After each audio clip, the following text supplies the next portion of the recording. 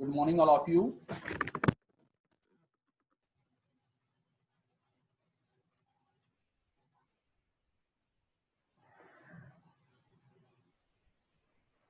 Yes, मैं कुछ पूछना चाहूँगा जो दोनों सेक्शन से कि पर्टिकुलरली ई सेक्शन बताएं कि आप लोगों के कौन कौन से टॉपिक हो गए हैं।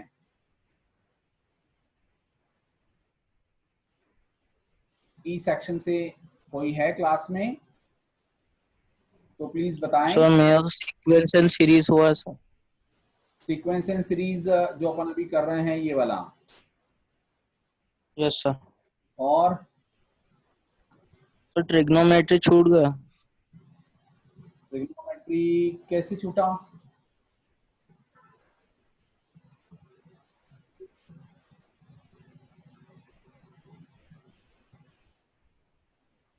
और कोई टॉपिक ही नहीं हुआ इसके पहले?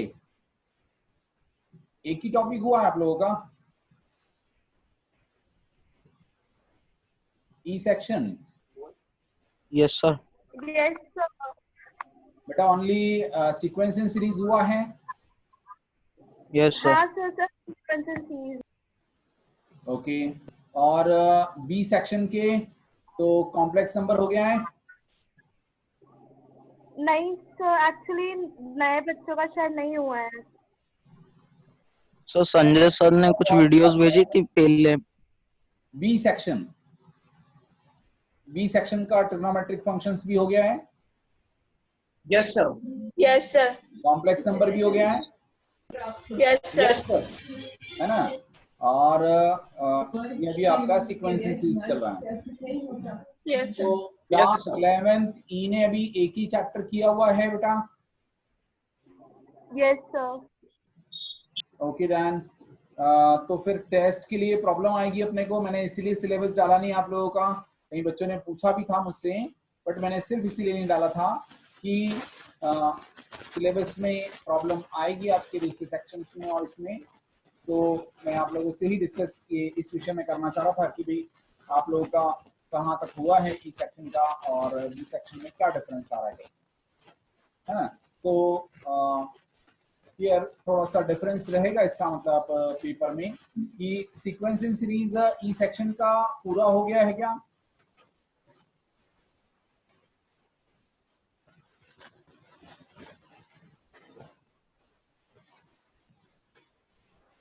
कोई बताया बेटा?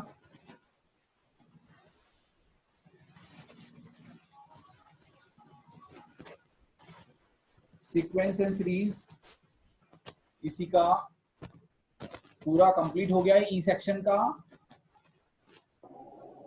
यस। ओके नाउ सो आपके पेपर में थोड़ा सा डिफरेंस रहेगा, दैट इज ई सेक्शन का पेपर अलग होगा और बी सेक्शन का पेपर या अलग होगा आपका, है ना? तो बी सेक्शन वाले, B for boy, yes sir. वाले नोट कर लें। Complex number. कनिष्क आपका माइक आप म्यूट रखें। माइक सभी म्यूट कर ले।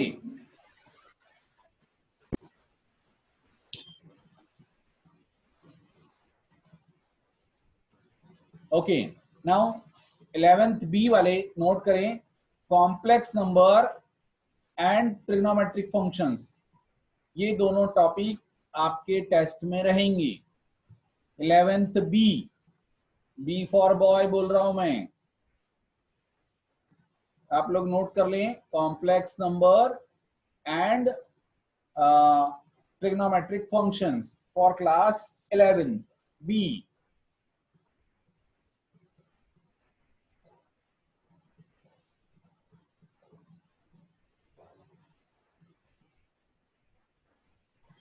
Okay, sir. Okay, now 11th E वाले,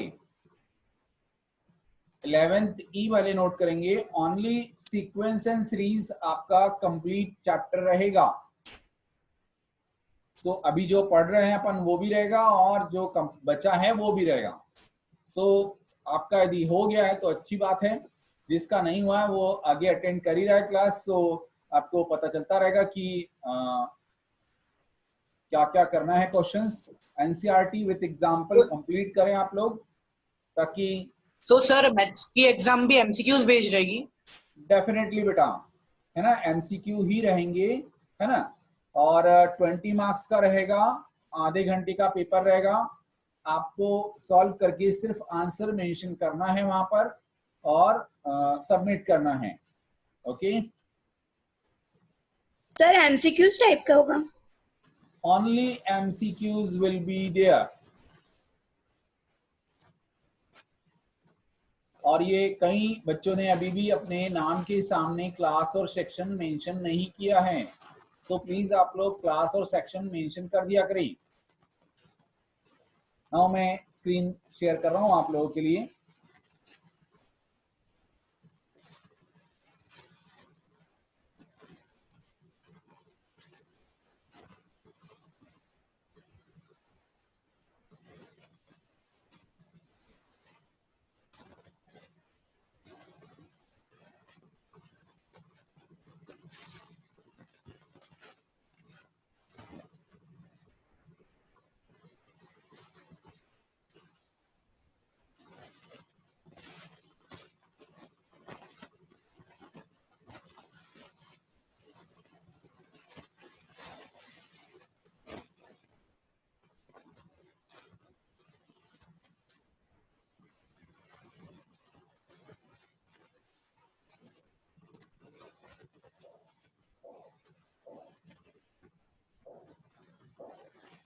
I hope so question number 30 complete हो गया था। नाउ अपने को यहां पर क्वेश्चन नंबर 31 स्टार्ट करना है।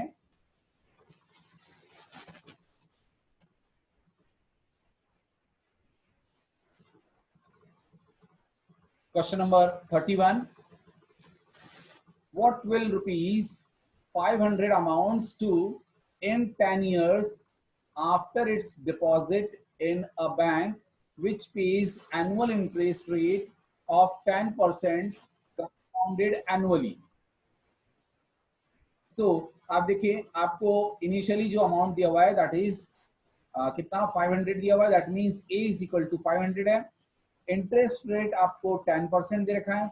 So after 1 year, after 1 year कितना हो जाएगा, 500 इंटू 1 प्लस 10% ऑफ 100, है ना, और पावर 1। यदि आपको याद हो कंपाउंड ये अमाउंट का फॉर्मूला, तो ये होता है a इंटू या p into 1 plus r upon 100 to the power n।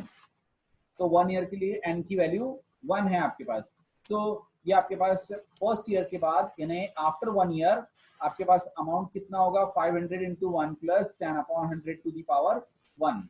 जब इसको सॉल्व करेंगे अपन तो क्या आ जाएगा, जो भी आंसर आएगा अपन लिखेंगे। नाउ आफ्टर 2 ईयर्स, तो 2 ईयर्स के बाद तो यहाँ पर जो पावर लगी हुई है दैट विल बी 1 के बाद 2 हो जाएगी, है ना। सिमिलरली आफ्टर 10 ईयर्स, तो आफ्टर 10 ईयर कितना हो जाएगा, 500 into 1 plus 10 upon 100 to the power 10 हो जाएगा। तो इसी को यदि मैंने सॉल्व किया तो यहाँ पर अपने पास कितना आया, 1.1 टू दी पावर 10। और आई थिंक इन्होंने यही पूछा था कि 10 ईयर्स के बाद में अमाउंट कितना हो जाएगा। So answer will be 500 into 1.1 to the power 10। So please note down, alpha plus beta is equal to 16 आया। Now gm अपने को पता है क्या होता है, under root of alpha into beta, और इसकी वैल्यू आपको गिवन है 5। So if squaring करते both sides की, so it will become alpha into beta is equal to 5 square. 5 square means 25. So alpha into beta will be 25. Now quadratic equation क्या होगी, अपन ने 10th में भी पढ़ा था, x square minus sum of zeros या sum of roots into x plus alpha into beta, that is product of the roots, equal to 0. So आपके पास ये आंसर आया x square minus 16x. क्यों 16? बिकॉज अल्फा प्लस बीटा की value 16 थी यहाँ पर, है ना, plus alpha into beta, and alpha into beta आपके पास कितना है, 25 है यहाँ पर. तो आपका ये आंसर हुआ, प्लीज नोट डाउन इट. ये आपके पास फॉर्मूला होता है n into N plus 1 by 2 whole square. तो इस तरह से आपके पास तीनों फॉर्मूलाज आ गए हैं. सम of n natural numbers, that is n into n plus 1 by 2. Second is sum of squares of n natural numbers, that is 1 square plus 2 square plus 3 square plus up to n square. Formula is n into n plus 1 into 2n plus 1 by 6. Now third one is sum of cubes of n natural numbers, that is 1 cube plus 2 cube plus 3 cube plus 4 cube up to n cube is equal to n into n plus 1 by 2 whole square.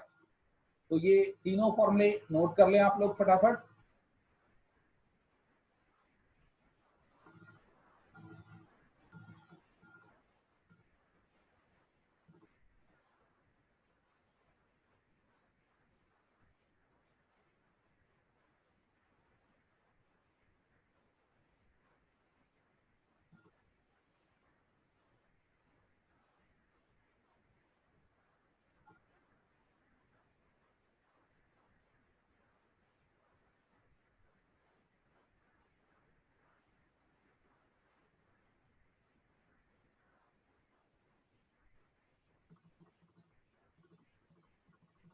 Now मैं दूसरी screen share कर रहा हूं, that is exercise वाली screen share कर रहा हूं आप लोगों को.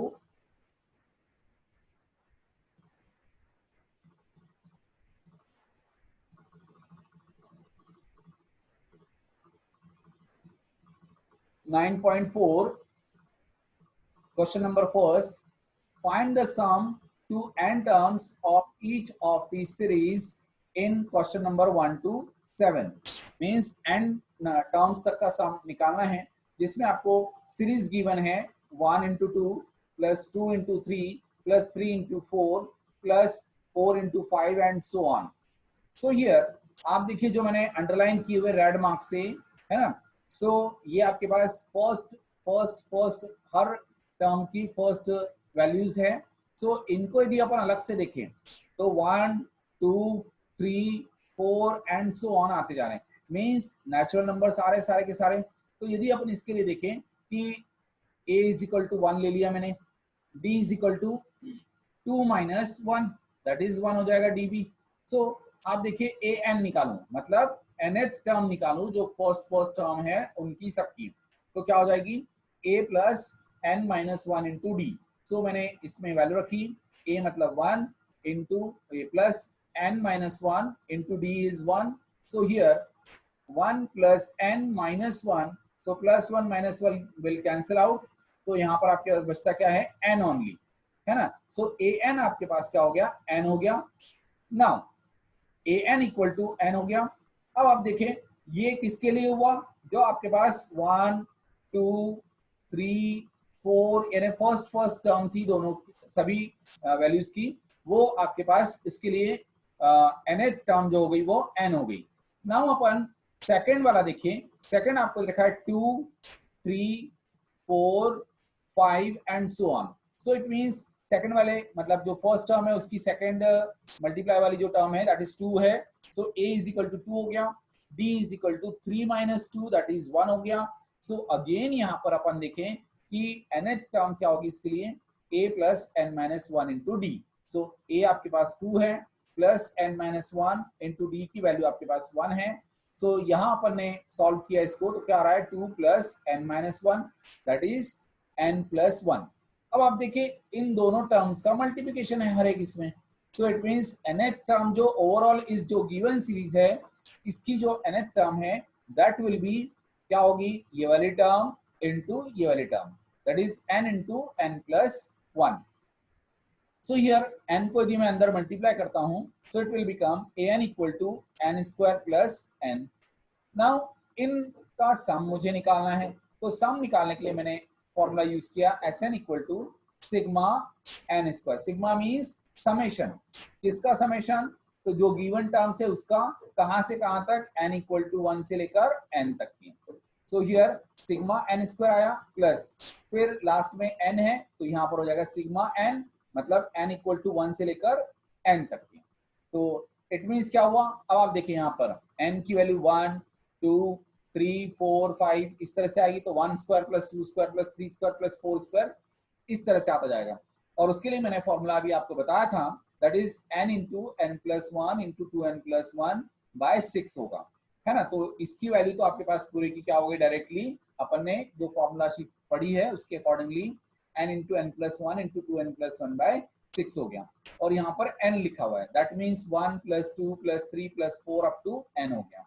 सो आपके पास ये हो गया n into n plus 1 by 2, ये आपके पास सम ऑफ n टर्म्स हो गया. सो अब आप देखिए इसमें n into n plus 1 by 2 common आ रहा है ना, बल्कि मैंने एलसीएम ले लिया. एलसीएम लेने के बाद n into n plus 1 by 6 पूरा का पूरा कॉमन निकाल लिया. सो आपके पास बचता है क्या, यहाँ पर फर्स्ट टर्म में तो 2n प्लस 1 बचेगा और लास्ट में आपके पास 3 बचेगा only, because n into n plus 1 by 6 तो अपन ने कॉमन निकाल चुके हैं. तो आपके पास ये आया n into n plus 1 by 6 into 2n plus 4. यहाँ ओवर राइटिंग हुई है मेरे से, दैट इज 4 है वहां पर, है ना. सो 2n प्लस 4 हो जाएगा. So that will be your answer. और you can say यदि 2 कॉमन निकालते हैं यहाँ से, तो 2 कॉमन निकलने पर आपके पास आता है 2 into n plus 1 into n plus 2 upon 6. तो 2 से ये 3 टाइम्स डिवाइड हो गया 6. So that will be your answer. So आप लोग नोट डाउन करें जरा.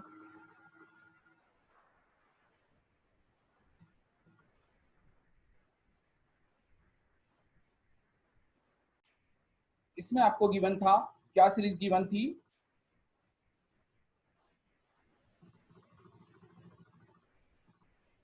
That is 3 into 1 square plus 5 into 2 square plus 7 into 3 square, like that, इस तरह से. सो आपने देखा कि 3 5 7 इसको मैंने लिया क्या, फर्स्ट वैल्यू सभी की, दैट इज ये एक सीरीज हो गई आपके पास.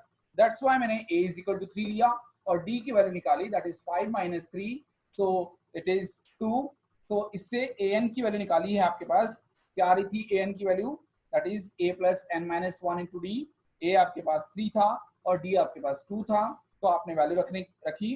वैल्यू रखने पर आपके पास क्या आया, 1 प्लस 2n, यानी ये किसके लिए आया, जो फर्स्ट वैल्यूज थी उस सीक्वेंस की, वो आपके पास उसकी nth टर्म जो आई वो 1 प्लस 2n आई. बट अब सेकंड वाली टर्म जो है वो क्या है, 1 का स्क्वायर प्लस 2 का स्क्वायर प्लस 3 का स्क्वायर प्लस लाइक दैट, इस तरह से आपके पास आ रहा है.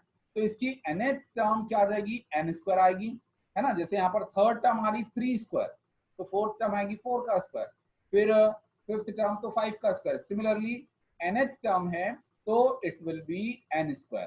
तो इस तरह से आपके पास ये सारी टर्म्स, मतलब दोनों टर्म्स आ गई.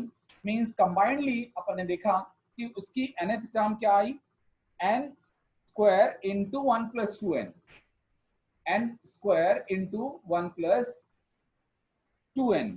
सो हियर आपने जब उसको n स्क्वायर को अंदर मल्टीप्लाई किया तो